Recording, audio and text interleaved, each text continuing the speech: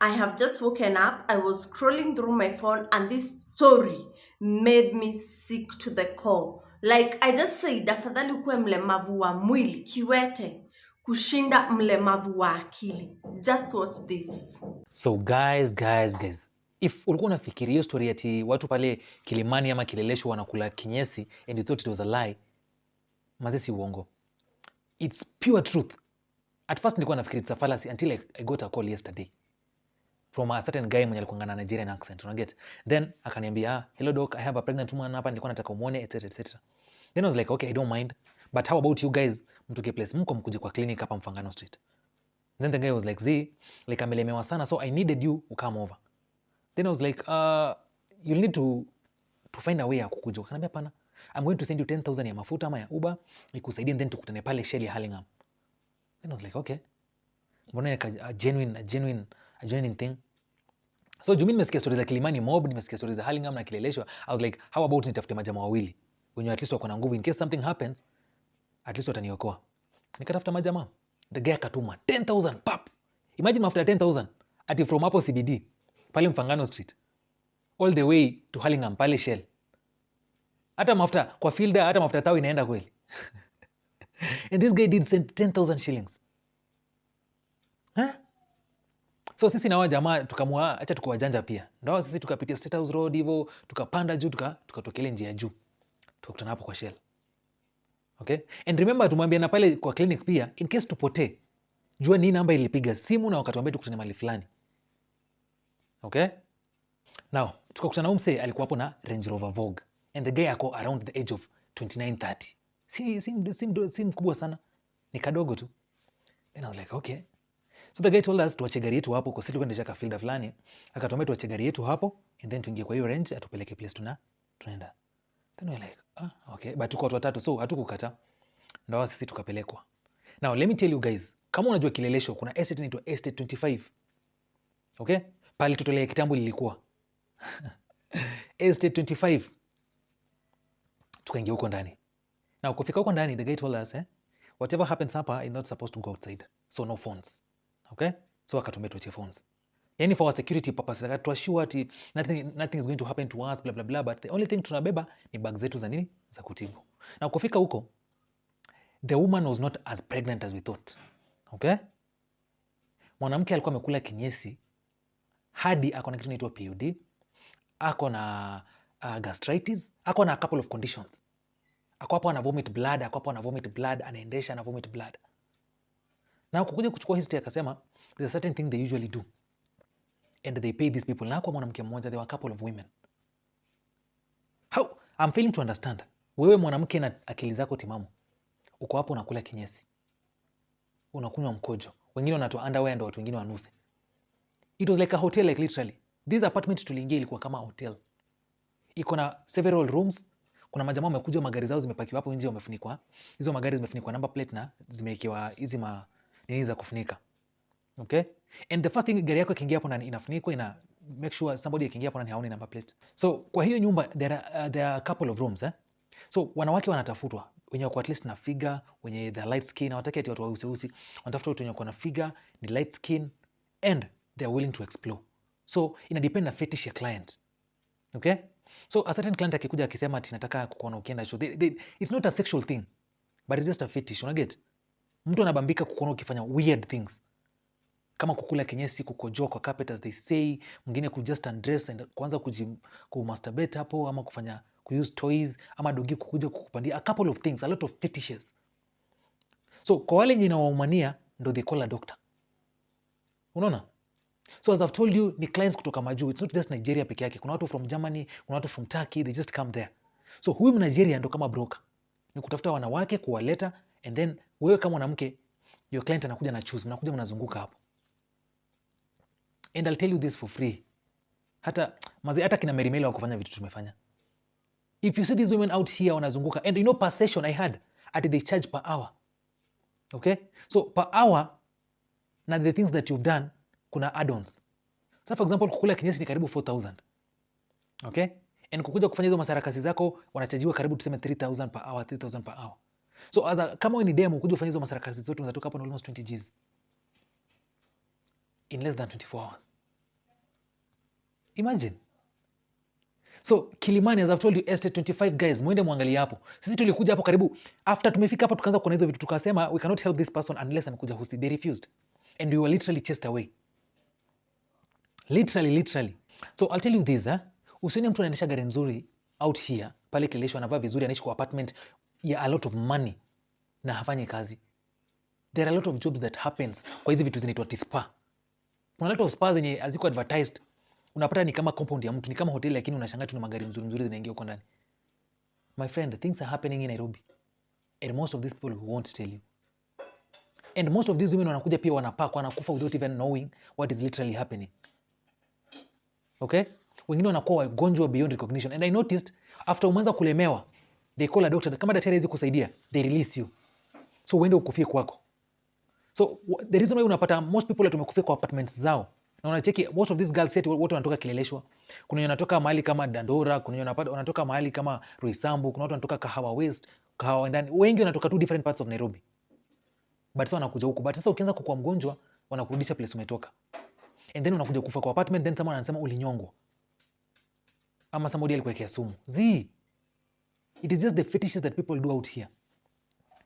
Hey, wadau, what amerimela kufanya hizi vitu? But as I said, I'm not going to judge. Maisha ni ngumu saa hizi na uchumi ya Ruto. So you do whatever you want to do as long as inakupatia pesa, but just know the repercussions are not as easy as you think. But wadau, mkisikia Kilimani, mkisikia Halingam, Kileleshwa, ogopeni. So these are just my thoughts on this episode of Vuta Stool, and just like you have your opinion, I have my opinion, and I will give my opinion. And by the way guys, we can interact hapo kwa comment section. Let us start by Njani Mbaya. And sometimes mbona God anatubless na kitu alafu inakuwa ndio curse kwa maisha yetu? Why would God bless you with beauty, with a good figure? Because first things first is how you look for you to be admitted in the madness. Like lazima ukue mweupe, lazima ukue na figure. Mbona God akubariki alafu unaitumia otherwise? Why? I remember when I started content creation, I started by putting what I do. I still put out what I do. I put out my life out there as content. So when I started putting vlogs out there, kwanza on TikTok, vlogging when I'm going to Gikomba at 5 a.m. I remember girls would come to my post wananiambia umaskini ndio inakusumbua. Sawa.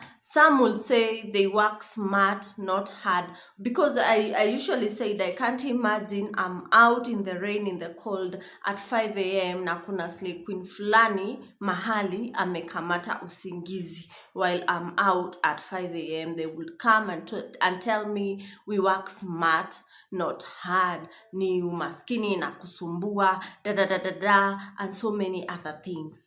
Anyway, right now, who is being happy? Me. Something else, ask yourself, why is this person having a devilish fetish? Because that is not godly. I believe even people who don't believe in God can't do that, because why would you make me smell your underwear? Inakusaidia aje? Why would that make you happy? Why would you make me eat your, like, duh? Ask yourself, this is already a person who is not human. I believe he's not human. He's in another level. That is devilish. You might be like, unaweza kuwa unakuwa initiated in a cult, ama unasaidia mtu kwa cult, aliambiwa enda ukulishe mtu enda umkulishe ndio you get this, enda afanye hivi, ati enda uko, kunusa carpet imekojolewa. But why?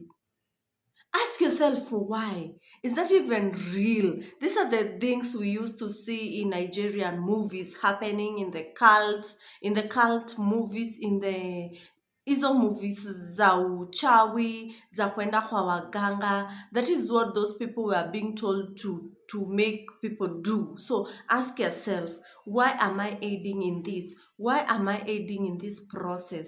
Because I don't understand why a human being, a man, will just tell me nusa underwear yangu and then he's happy. Why? Eat my... Why? Jiulize sana. And then you hear the things that are happening there. Ukiingia wanafunika number plate. Sijui ukiingia ewe. Why?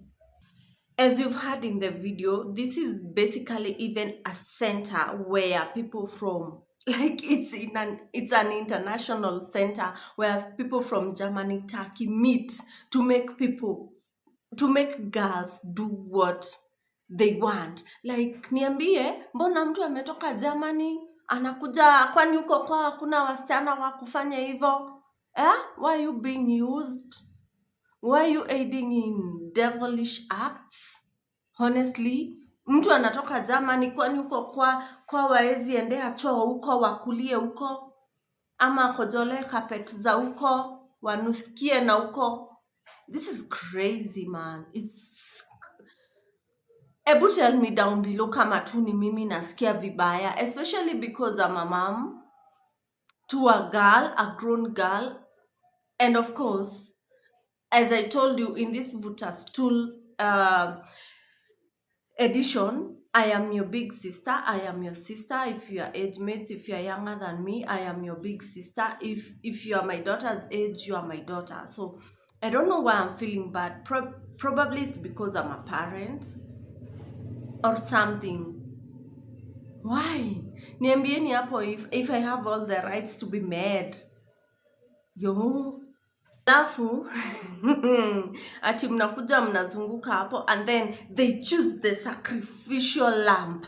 Ati mnakuja mnazunguka hapo. I'm imagining mnazunguka mkiwa uchi vile mlizaliwa with your birthday suit. So mnakuja mnazunguka hapo. Mjerumani amefly all the way to Kenya from Germany.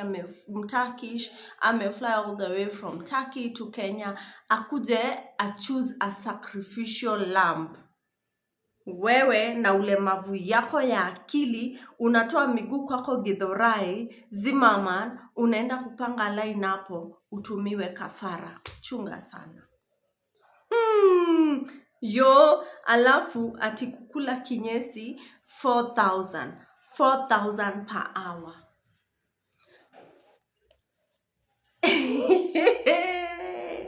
Hey, kinyesi 1 hour.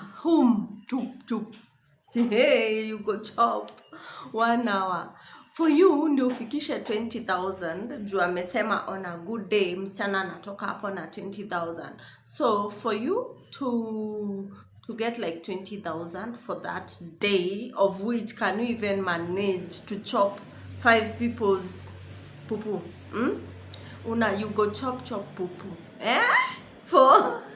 So when you chop for 1 hour for one person is 4,000. Assuming unasema acha niingie leo kazi nijitolee. At least uende juu amesema you can go home with approximately 20,000. So you'll have to eat kinyesi for 5 hours for you to get 20,000. Alafu umesikia mpaka wanaitiwa madaktari. So after you go job that pupu, you use that money to go back to the doctor. Because tell me why kwanza nowadays unaona hawa wasichana warembo. I don't know, my brain is overworking. Tell me why hawa wasichana warembo unasikia mtu alilala akakufa. Mtu sijui poisoning, food poisoning, sijui nini. It's happening. Alilala akakufa sijui alinini. Unexplained deaths. Of course, it is all of us will go, but why dig your own grave? So after you eat pupu, one is difficult already for me. I cannot. So maybe wewe kama ni shupavu, maybe ukule watu wawili 8,000 and then after that, oh my days, your stomach. Sijui umesikia cause sijui na gastric. I can't remember. Maybe I rewatch. You had all the problems that lady had and then her tummy is swollen. For what? Why are you doing that to your body? Hapo nje tuna hustle. And nowadays we only want money for food. Yeah, hiyo ingine ni ya God. As long as you've paid your rent, umekula, baby has gone to school, ingine ni God ataleta at his own timing. And yesterday I was telling my Instagram peeps that tuna hustle. Uko na wanaume umepanga line, ama uko na mwanaume ako na pesa, ama hii 2000 tunaitishanga urgently, man, hiyo do haitusaidiangi. Sometimes you're given a lot of money. I've ever dated, no, kitambo, I've dated a rich guy who was giving me a lot of money, and let me tell you, hakuna kitu ilikuwa inanisaidia. At the end of the month, you will still borrow rent. At the end of the month, you will still borrow shit. The last Vutastool edition, I talked about married men. Do you know wengine wanakujanga kwetu juu ya nyota yetu? Like somebody will tell you, mimi tukikosana na wewe, mambo yangu iendangi poa. Na ni wengi sana, they will call you and like, mimi ukiniitisha kitu nikunyime, nikatae kukutumia, vitu zangu haziendangi poa. So mimi ndio kumulikia nyota. So anyway, back to the topic. Tuachane na hiyo Vutastool ya last time. So anyway, let me tell you, we need to respect ourselves as ladies na tujiamini.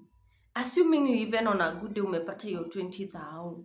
Squeeze hata one bedroom is that 20,000. Umelipa mtoto, like, how will you survive?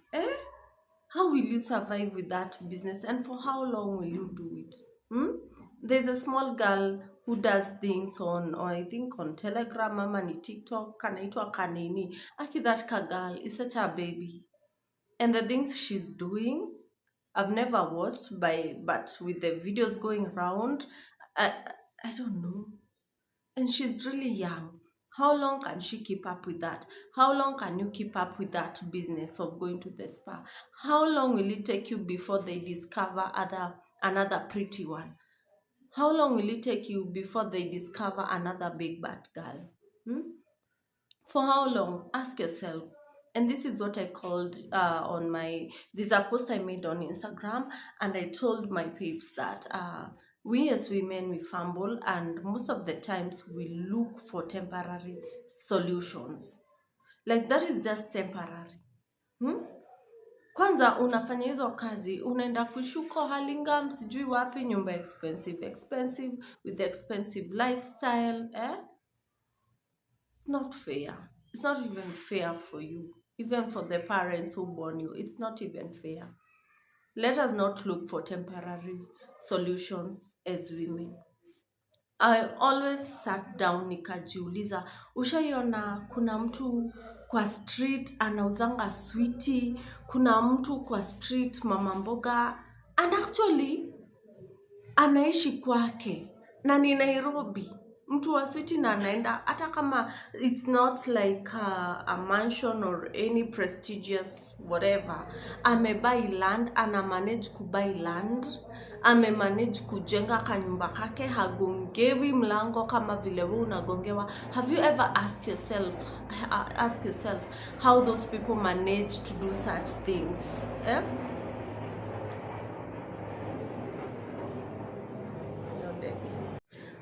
Have you ever asked yourself that question? Like, for me, I look at my grandmother who partly raised me. She was a farmer, just a farmer. And she had a lot of properties, a lot. Kulima tu, ana save. And that is the final conclusion you may make, Mimi, by the way, Sai, after living in both worlds, where you can sit down and a man can provide for you, where you have another option of working for yourself. Imagine, God will always bless the work of your hands, not your nush, not your mouth. You use your mouth to chop to get money. You think God said he will bless the work you do with your hands. So me analyzing the world, nimeona tu watu wenye ujituma ndio wako na permanent solution, na baraka zao ukaa, and baraka za kukua permanent, they don't come up, they take time to bake. They come with struggles, they come with tears, they come with sweat. Let us be patient. Patience. Akiondege, yo, what is it doing going round? What is happening in our area? Code inapiga makelele. So as I'm saying, mi nimeangalia nikona baraka za God, sometimes they take long, and God can put you to a test. See Job. Everybody who came out as a conqueror, God lazima alimweka kwa test. Can we have the spirit of perseverance, the spirit of patience, and kuna kapepo kengine kana go round, na hiyo ndio inafanya watu wafanye vitu za wazimu. The demon of comparison. Mbona fulani tulisoma na yeye ako ahead of me in life? Mbona people my age are ahead of my life? We are seeing 24-year-olds wanaitwa billionaires. So mimi kama sahi I'm in my 30s, nitasikia nataka kukimbizana na hii mbio ya watoto. Hapana. The spirit of comparison, the demon of comparison should release you. Tell it to release you immediately. In fact, when you pray to move on and restart, maybe if you're planning to restart, first of all, unafaa uondoe the shadow of comparison and live and walk your own path. Na uende jani yako na mbio yako. Don't compare yourself to anyone, even these fingers. Zetu hii mkono yote ni yangu, lakini hizi vidole hazitoshani, and they are all important. I cannot do without this, cannot do without this, cannot do without this, cannot do without this. And in fact, this one is the shortest na ndio imejitenga, but this is the most important finger in our hand. Imagine doing life without this finger. Hii ndio imejisolate. Iko kando kabisa. These ones are a group, they are together, but this one is the isolated one and the shortest one and the most important. Walk your own path. Usiwahi jicompare, usiwahi taka kushindana na mtu. And at his own time, God will come through. Saki kufeel by I don't want to feel like nawasomea. I just wanted to share that story, and I also want to know your opinion. How do you feel about that? Nietodoma. Wacha nikae na kadudu yangu. Nyinyi sikumeni discovery, sikumeni nini. I will do my own big car at my own time, and I am not ashamed. Never be ashamed to be you. Never be ashamed of yourself. The way they came at me when I was doing thrift vlogs, by the way, I am happy and proud to say I was the first one to do personal shopping in Gikomba. And right now, so many other people have come up. I'm seeing people doing that on TikTok, but I was the first one. And I'm happy that I nearly set pace, na nearly come up with something new that people can learn from. So watu walinitusi, watu wakakuwa negative, but the Instagram was very welcoming, very nice. People appreciate my thrift vlogs, and YouTube people appreciate my thrift vlogs. But pale TikTok, it was a problem when I was starting. Yes. The number of times nimeitwa maskini, hey, ingekuwa inajibandika, my lord. I wonder. Utatusiwa. So what I'm saying is, don't be ashamed to walk in your path. Don't be ashamed of who you are. wear your crown and just know in at his own time. Imagine God atakam. So this is ni episode ya ngapi yetu ya third as a Vuta Soul vlog, and I'm happy you guys love it. By the last Sunday, karibu muninyonge, mungekuwa mnajua kwenye nakuanga mungekuja kunitoa. So I'm happy you guys appreciate Vuta Soul, na niliwaambia kama uko na kitu pressing unataka tuongele, please ni DM pale Instagram identity ndatupa Timbuktu. Feel safe. This is a very, very safe space. I appreciate the love. And I can't wait to make over my balcony, tupigiange stories za Vuta Soul kwa balcony. Kama unajua mtu anaweza nifanyia makeover vizuri, kitu safi, kitu poa inakaa podcast-ish. Say amen to the podcast part. So, nataka kutengeneza my balcony, tukitu poa inakaa vlogish, inafaa kukua kwa YouTube standards. Sindio sinyini wangu. So I want to redo not redo. I haven't touched it since I moved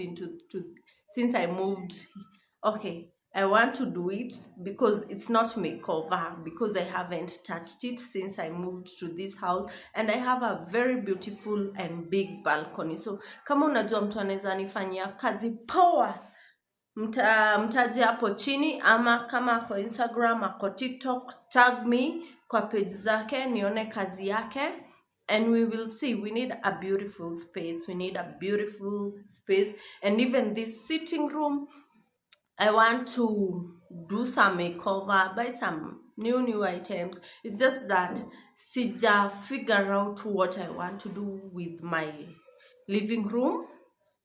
But I want to start with it when I have the whole picture. The kitchen tops, and I thank God ina come through pole pole vile nilikuwa nataka. And actually right now I think I only need a water dispenser hapo kitchen, nimalizane nifunge mambo ya kitchen kwanza. So nilikuwa nasema story ya balcony ya tutakuwa tunapigia stories za Vuta Soul kwa balcony, nitaitengeneza tuachane na hii background. And even God will bless us with new couches at his own timing. Me, I don't care, even if it's next year. I'm here, God. I'm waiting.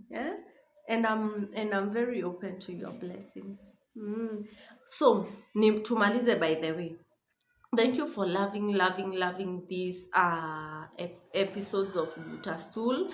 And kama uko na kitu pressing, nimesema hit me up pale kwa DM Instagram. Kama unataka to hide identity, itahaidiwa. Alafu remember, God will always open doors that no man can shut. Sawa sawa? Wachana na mlango za masponsor. Alafu mnawaita destiny connectors. Wachana na mlango za wanaija Wajerumani au wanawakulisha mambo yao. Wachaneni nazo. Hizo milango zitafungwa. Na kama ya huyo sasa msichana ilifungiwa wapi? Hospitali. Mlango yake ilifungiwa hospitali. Unaachiwa mashida. Ati wanakutuma nyumbani uende ukakufie mbele. Wachaneni na hizo milango. Tungoje mlango ya Mungu yenye hakuna mtu atawahi ifunga. It will take time. It's a process. It comes with a lot ups and downs. But at the end of the day, you will sail through. Okay? Kama kuna kitu mzito unapitia and you think hizo shortcuts ndio solution, honey bunny, no. That is not the solution. Take it from me, nimejionea mambo mingi. Mimi sikuji hapa na story ya jaba. If you have ears, you better listen. No. If you have ears, listen. If you're going through something, please fight. And wait on God. Sawa. And also, kuna pia situation haufai kujikaza ukae ndani. isolate yourself from the situations that are not giving you peace. So, until the next one, guys, bye. And don't forget, share with your friends and also with your enemies. Share, and like and comment. So, kama una opinion, just leave a cute comment down below and I will appreciate. So, until the next one, bye guys. Ciao.